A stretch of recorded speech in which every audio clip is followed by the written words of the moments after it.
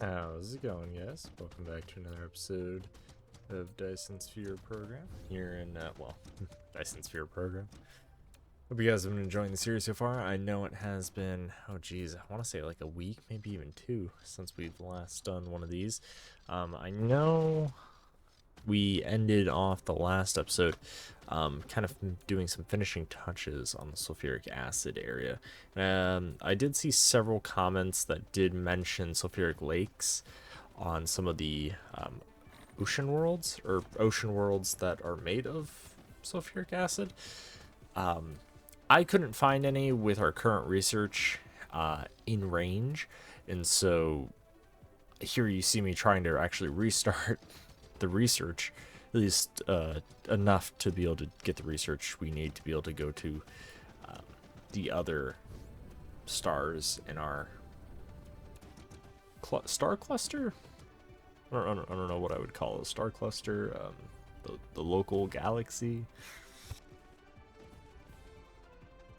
I suppose probably a local star group, huh?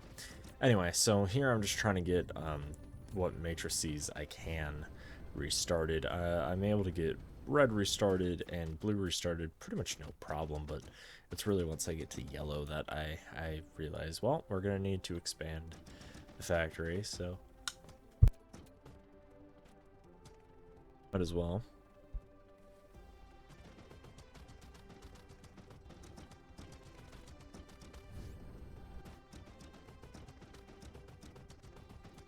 So really here I'm just trying to get something laid out. We do have some materials actually being produced that we can start to rehook up. Whether or not this will be their final sort of form, not really sure yet.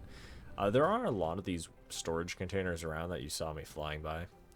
My plan for those is to really just try to consolidate them and get rid of, not necessarily get rid of them, but just get them out of the way.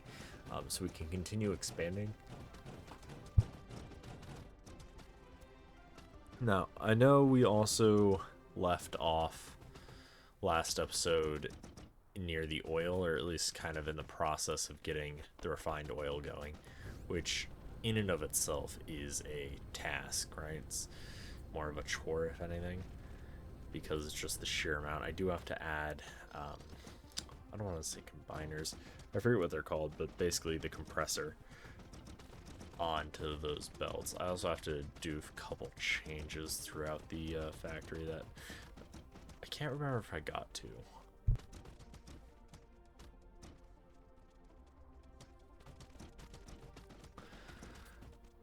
Pretty much, I think going forward, we keep getting closer and closer to our goal of getting the rockets all set up, and honestly, this whole like rebuilding the factory is definitely really nice to do because it helps me see where there's inefficiencies in our original builds, at least the ones that I can see that I haven't torn down yet. I mean, I can go back and rewatch all the raw footage myself, but quite honestly, I feel like that just doesn't do the factory justice, at least in the sense that seeing a lot of the behind the scenes that I remember the processes from where I was designing the different builds, and so I know where I went really inefficient, and it helps, I think, become a little bit better at the game. I will definitely be excited though to replay through Dyson Sphere Program when they update it and add the kind of that entity or the enemy. It'll definitely be a fun addition to the game, I think. We'll make it more challenging because I think instead of just peacefully building away and kind of just taking your time, you'll start to have problems arise throughout your factory that you have to deal with, because just like in Factorio where you might have biters suddenly start attacking your factory, well, now you suddenly have this other competing entity in the star cluster that you have to kind of contend with. Here you can see me going through my stack of stuff, mainly to get the oil refineries built and just kind of get the remaining things off our list that we've blueprinted down.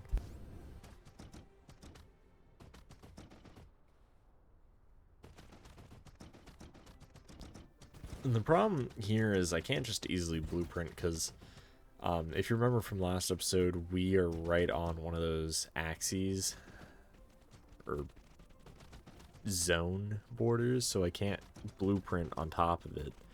It gets angry at you if you try, at least from what I've discovered. If there's a way to blueprint over it, then please let me know, but from what I found, I can't. So I have to do a lot of this area by hand, which is quite tedious. But at least I have discovered how to get my blueprints to start working, to be able to blueprint like the splitters and stuff, which is really nice and helpful. After finally toiling away with it, I have finally mastered it, only 28 episodes later, which for me has been quite substantial in terms of actual playtime, but you know.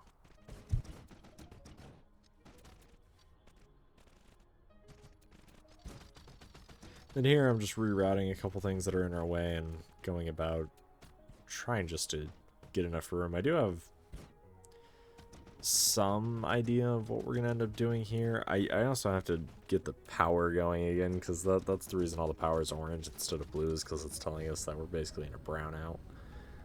I don't know if there's actually a color for like if it changes between like a brownout and a blackout. I'm pretty sure a blackout, just everything has the little red power symbol on it. I'm kind of glad that that's an option you can turn on, because I compare this game to Factorio a lot because it really reminds me of that. I suppose I could also compare it to Satisfactory, but I haven't really played Satisfactory at all, other than like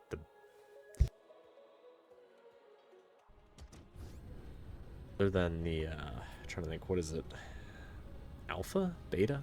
I don't know. I remember playing Satisfactory way before it even launched on Steam, in a very pre-alpha form. It was good, don't get me wrong, but I haven't really played any of it. I've seen a lot of gameplay, but I would definitely not say I'm a master of it by any means. I'd very much be a novice. However, I would compare this game to Satisfactory or a Factorio. But anyway, those symbols remind me of some of the mods that you get in Factorio that aren't in the base game, and so it's nice to see a developer add those types of features to a game, because it is very nuanced, and you know, it might be minor to some, but I really find it a very important feature to just quickly glance at things. It definitely becomes trivial as you play, because then it just becomes second nature to see, oh well, you have a blackout, okay, go fix power, versus, you know, not having that, but then once you get it, it's like, oh hey, this is amazing, this is incredible. Also glad to see that stone miner right there is finally about to finish, which is really nice. Definitely quite annoying to have these mineral patches kind of where we're building. I know some people would probably argue, well, just build over it, it's a resource you don't really need a whole lot of, or oh, if you need it, you just build your factory around it. But it's like, I could just get rid of it now pretty quickly, and so that's really what I did. And then I also realized that spaceport was going to be in my way as well, so moving that was kind of the next priority, which is kind of a pain because it's not emptying, partially because we have a very large surplus of coal, stone, and copper in our kind of solar system network, or I guess interstellar network. I suppose I could probably add more smelting. I wish there was a way, if there is a way, please let me know. But I wish there was a way you could prioritize certain spaceports. Like, oh, pull from this one first, and then all others have a priority of like 2. Right, so if this one can support enough of whatever the demand is, pull all that demand from this one, and then any extra demand that this one can't supply, then start going down the list to the next highest priority one. I don't know if that would be something that would be like a mod, or more of a just a feature. I don't think it's a feature because I didn't see any sort of like interface for that, but it would be interesting. Also, does this game have mods? Because I don't think I've actually looked in to see if it has mods. It does seem like a game that could be moddable, but I'm not sure. Although it would be interesting to see what types of mods would be created for a game like this. I also feel like a lot of games that are moddable, or rather aren't moddable, it's always interesting to see the discussions as to what mods should or could be created that would be really fun, but then just never are. Either because the game just doesn't support mods, or the game itself was coded in such a way that prevents it from really being moddable. Definitely utilizing these power distribution a lot better than the power poles that are nice. I mean, yeah, they get the job done, but you do need quite a few more, and it does change how you build, right? Because we could just use these to cover a massive area and then not have to worry about using too much more space. I mean, I'm using a little bit extra here and there, but I will say, I feel like our factory is definitely coming along in terms of both standardization and just overall aesthetics. There's a lot less bulk to it in terms of, I guess, kind of squirreliness of just haphazardly placing things, and also just in general, like, tidiness, I guess. Because now things kind of have a standard or uniform design to them that I've put together. And here I'm just making sure that we can put everything in the other depot without it filling up, and then disconnecting and then reconnecting all of its inputs, so that way this depot, as we eventually will hopefully be able to get all these minerals shipped off planet, refined, and then shipped back to this planet. I know for a while it was kind of, it sounds nonsensical in that, why would you waste the energy to move it off world and then move it back to the world? On one hand, yes, it's inefficient. However, the space, not necessarily that we are tight on space. I mean, we still have, I think, like half a planet of open space we haven't even used, and technically I could pull up all the windmills on the northern hemisphere, and that would net us probably at least a third of the planet back. But still, anywhere I can, I try to, you know, I like the idea of having specialized planets for things. I did see somebody comment that they build like planet-specific things. So not just like, oh, this is refining, this is manufacturing, and this one's like post-production or like research world. From what I saw, is it appears to be, it could be wrong, but from what I saw, is it appeared to be as though each planet got its own recipe, right? So all the low density structure, or not low density structure again, going back to Factorio, but like all the iron plate was made on one planet, all the copper plate was made on another planet, all the CPUs were made on another one, right? And so each planet had its own unique product that it manufactured, which is definitely interesting. I'm not sure if that was for efficiency's sake, scalability, or really what the kind of reason behind it was, or if it was more of a like role-playing type scenario, right? So each world kind of had its own production. Definitely an interesting supply chain scenario. I would definitely love to do some sort of challenges like that going forward in this game. That might spice it up, right? Where we create some sort of abstract challenge for us to try to follow. I feel like that definitely helps bring new life into games that would otherwise not have much replayability. Not saying this game doesn't have replayability, but it definitely will add to that factor, I think. And here you can see me really utilizing the whole blueprints, and definitely being able to speed up my design and building of the factory. And now that we've done kind of a couple different designs here, we've really mastered being able to build out a build. Here I'm just checking to see if I did all the sorters correctly, because it's kind of hard to tell, especially in those tight spaces, if they're on the belt or if they're going into that machine. I will say, I wish it was a little bit more clear. And now I have a cat on my desk wanting to say hi.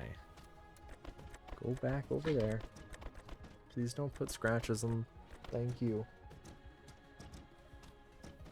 He is not the most helpful cat. However, he is thinking he is helpful when in reality he is not. And then he meows at me because he knows I'm talking about him.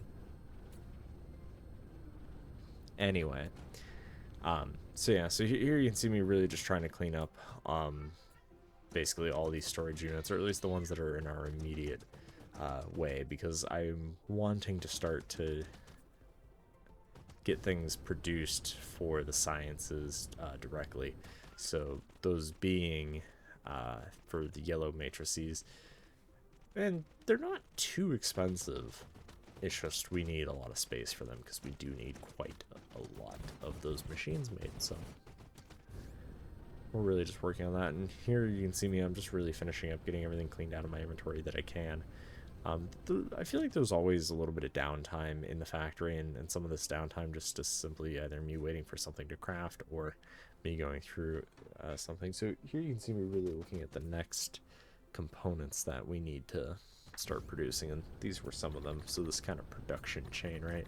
So the CPUs, and those 3 recipes, I forget what the blue things are called, and then the little component things. And then here I'm really just looking for things that we need, and then I got frustrated with having to keep hunting for things, and so we'll actually see that here in a little bit, where I basically just broke down and said, you know what, we're just gonna build a little sorted inventory box thing. You'll see what I mean here in a minute when I actually build it. But really, I'm just making sure that we have all our assemblers and everything else we're gonna need, because I realized we need quite a few, and honestly, I don't even think we're halfway done yet with the amount of assemblers and stuff we need. I think if I were, I've said this before, but I think if I were to redo this factory, or not even just this factory, but I think on my next playthrough, I'm going to do what I did in Factorio and set up a infrastructure area where I just build the belts, I build a crap ton of the assemblers, a crap ton of the sorters, and just all those things, because I definitely underestimated how many I was going to need. So I think definitely going forward, having just that supply, even if it's overproduced, I don't think you could really overproduce things in this, because they are so interchangeable and reusable. I mean, Factorio is a little bit harder because there are limits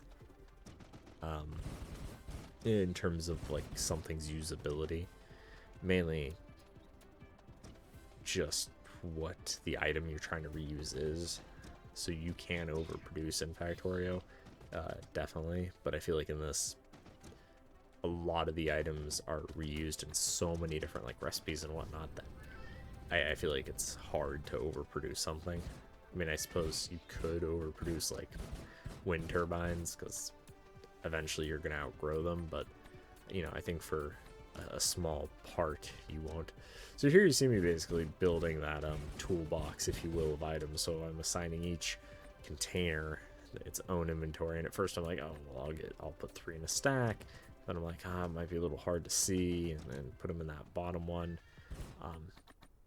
And I did have to play around with it for a minute, but it was interesting. Probably took me like 20 minutes to just get the idea going, because I was just frustrated with having to go through all those containers, and I had so much inventory stuff spun out all over the place that I'm like, okay, I need to get this organized so that way I can use it.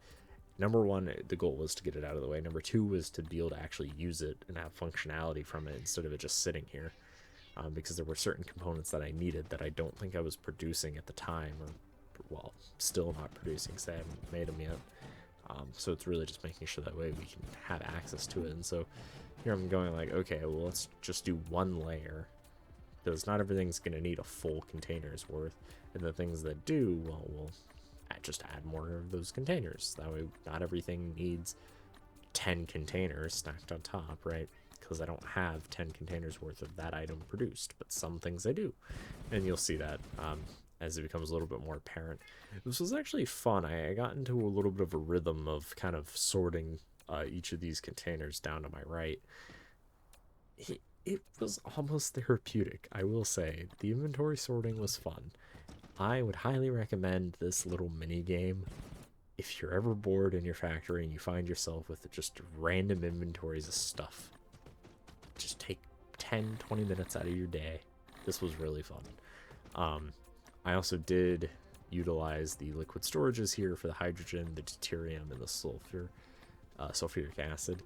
And then I also utilized one for water, but I didn't do that quite yet because I didn't actually think I would have any water in here. And technically, I guess I could have destroyed the water because the water you can just pump up for free.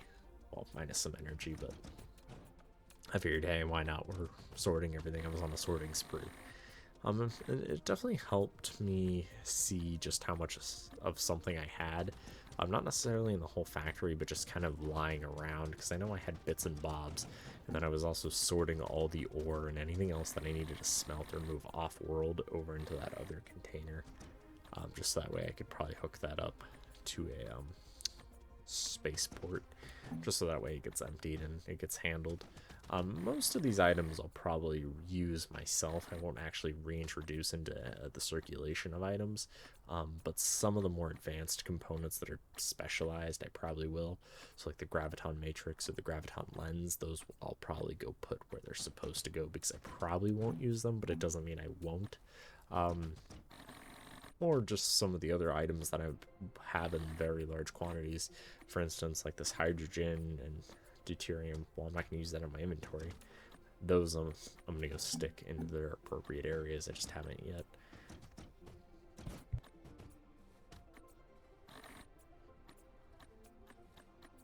I also mastered, or at least I think I mastered, the art of taking things out of my inventory and other inventories that I definitely don't have enough room for, and then putting them in all the different crates that I needed, which, yeah, it was kind of fun. I did discover I had a lot more belts made than I realized, which was fine because I was starting to run low and I thought I was going to have to start crafting a bunch more.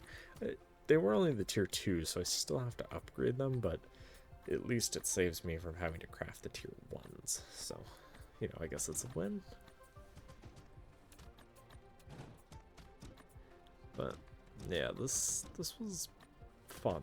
It was like a mini game. And then there were a few things that I couldn't just control click in. One of those, I think, was the foundations. I have to actually go into my inventory and click them that way. And then I realized, oh, steel's the first one that I have to add one, so I had to use a temporary, and then I stuffed it all in there, and it worked.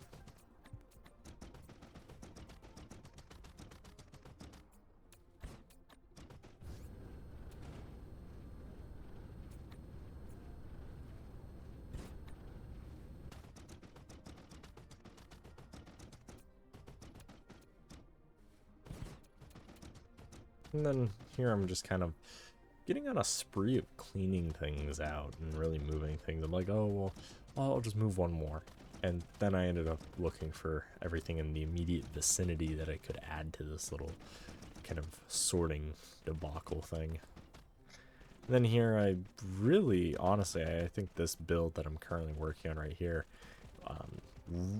definitely I utilized blueprints heavily in it. Because I'm like, okay, well, how many am I going to need? I need 157 of these. Okay, well, what's the easiest way to do that? Well, I can make them in pods of 40 because there's only 2 inputs. High purity silica and copper. I think it was copper. Yeah. So I'm like, okay, well, I can do 2 on here. And so then I was like, okay, well, how could I make the build so that way it's blueprintable or tileable? So that way I don't run into any sort of interference. And then I used blueprints to basically build it out, and then I blueprinted it 4 times? Yeah, 4 times, so that way I would have 160 assemblers, and then I just subtracted the number that I needed, and then I also included the power stations on the left, and then right here is when I realized, oh no, I still have more that I have to move, so And I was like, oh no, I have to add more here. Mainly because I didn't realize that, oh, I have a full thing of these.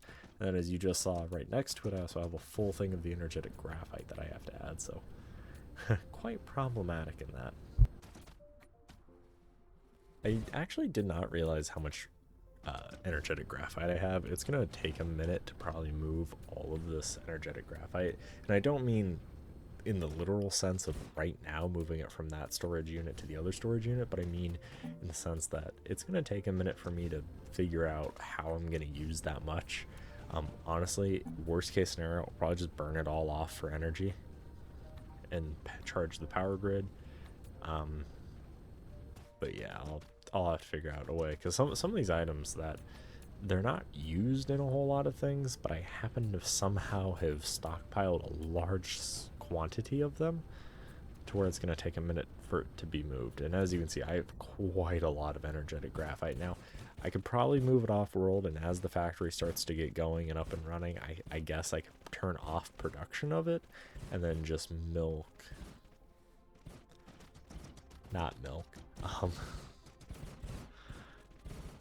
utilize the stockpiled resource. This is what happens when you start recording at 1 a.m. Your brain, no function anymore. Well, I think with that, I think that's where we'll call for today. Hope you guys enjoyed today's episode. If you guys did, you guys know what to do. Smash the like button if you haven't already. Consider subscribing, as it really does help out the channel and help show me you guys are enjoying what you're seeing. If you have any questions, comments, or concerns for me, leave those down below. If you have any suggestions for any future series, leave those down in the comment section, and I'll try to read them. My goal is to read at least every comment. I might not necessarily reply to it, but if it is helpful, I usually try to leave a thumbs up on it. And if it merits a reply, then I usually try to reply. And if you guys just want to say hi, that's fine too. Other than that, I will see you guys in the next one. Thanks for watching, guys. Have a good one. Peace out.